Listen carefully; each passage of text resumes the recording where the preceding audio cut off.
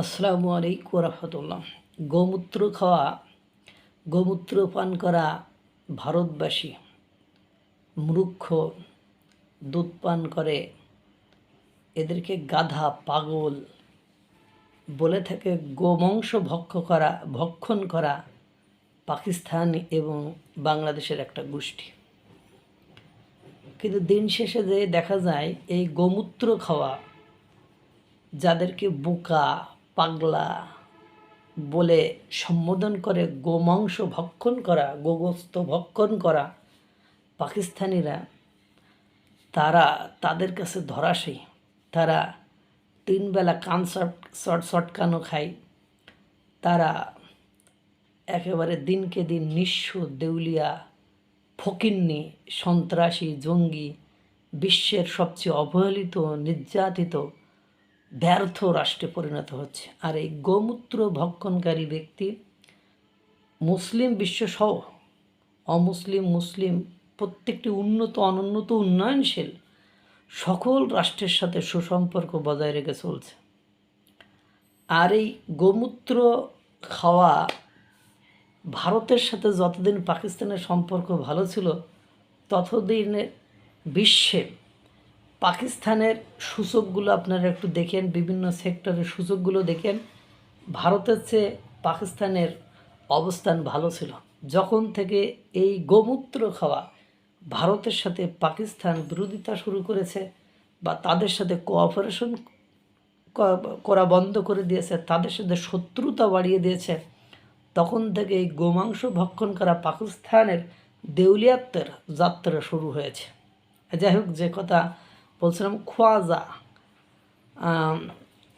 খোয়াজা খাজা, এই যে পাকিস্তানের এক অন্যতম মন্ত্রী, তিনি বলেছেন, কি বলেছেন?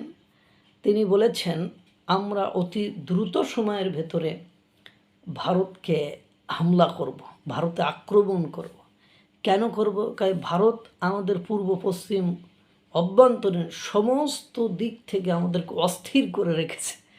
যে গোমূত্র খাওয়া, পাবলিকের মাথায় যে এত বুদ্ধি, গোমাংস ভক্ষণ করা, পাবলিকের মাথায় বুদ্ধি নাই, না আছে বুদ্ধি, না আছে শক্তি, না আছে সম্পদ। সে কারণ হিসাবে দেখিয়েছে যে বালুচিস্তান থেকে একের পর এক হামলা চালিয়ে পাকিস্তানকে অস্থির করে রেখেছে।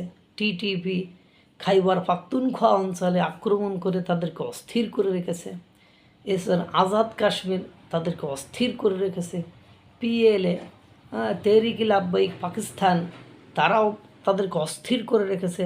নতুন করে আবার যুক্ত হয়েছে শিয়া, তারাও তাদেরকে অস্থির করে রাখছে। অর্থাৎ অভ্যন্তরীণ, বাহিরের প্রতিবেশী রাষ্ট্র এবং আফগানিস্তানের সাথে বর্তমান সময়ে পাকিস্তানের আপনার যুদ্ধ চলছে, সেটাও আপনারা জানেন। মানে সব দিক থেকে মিলায়ে পাকিস্তানকে অস্থির করে রেখেছে। আর এই অস্থির যারা করেছে, তাদের সাথে এই গোমূত্র খাওয়া ভারতের সম্পর্ক খুব ভালো। আর এই কারণেই নাকি পাকিস্তান নামক এই গোমাংস ভক্ষণ করা গবেট মানে অনেকে জানেন কিনা আমি জানি না, মানে মূর্খদের, গোমূর্খ যাদেরকে বলা হয়, তাদেরকে একের পর এক চপটাঘাত, একের পর এক সুশিক্ষা দিয়ে যাচ্ছে। এরপরেও হুঁশ হয় না। ওই যে অহংকার যার বেশি, তার পতন অনিবার্য। যার ভেতরে ধৈর্য নেই, তার পতন অনিবার্য। যার মধ্যে ক্ষমাশীলতা নেই, তার পতন অনিবার্য। যাদের অবৈধ ক্ষমতা গ্রহণের প্রতি ইন্টেনশন বেশি, আগ্রহ বেশি, তাদের ধ্বংস অনিবার্য। এই অনিবার্য কারণে তাদের এই দুরবস্থা। এর ইতিমধ্যে আপনারা জানেন, এই পাকিস্তানের লস্করে তৈবার একটা গ্রুপ বাংলাদেশ থেকে নেপাল হয়ে ভারতের মধ্যে ঢুকেছিল।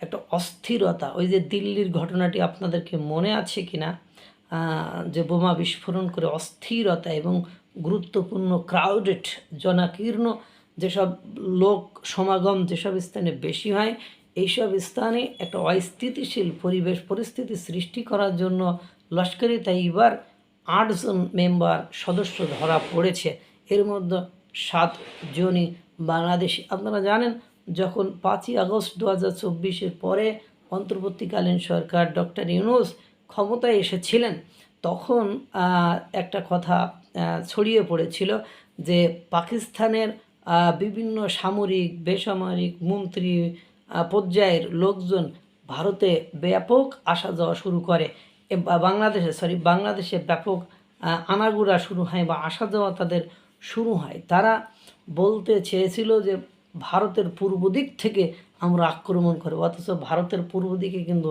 বাংলাদেশ, অর্থাৎ পাকিস্তানের প্রেতাত্মাদের সাথে হিনাফাকি বাহিনীদের সাথে একটা বাংলাদেশের একটি গ্রুপের সুসম্পর্ক ক্রিয়েট হয়।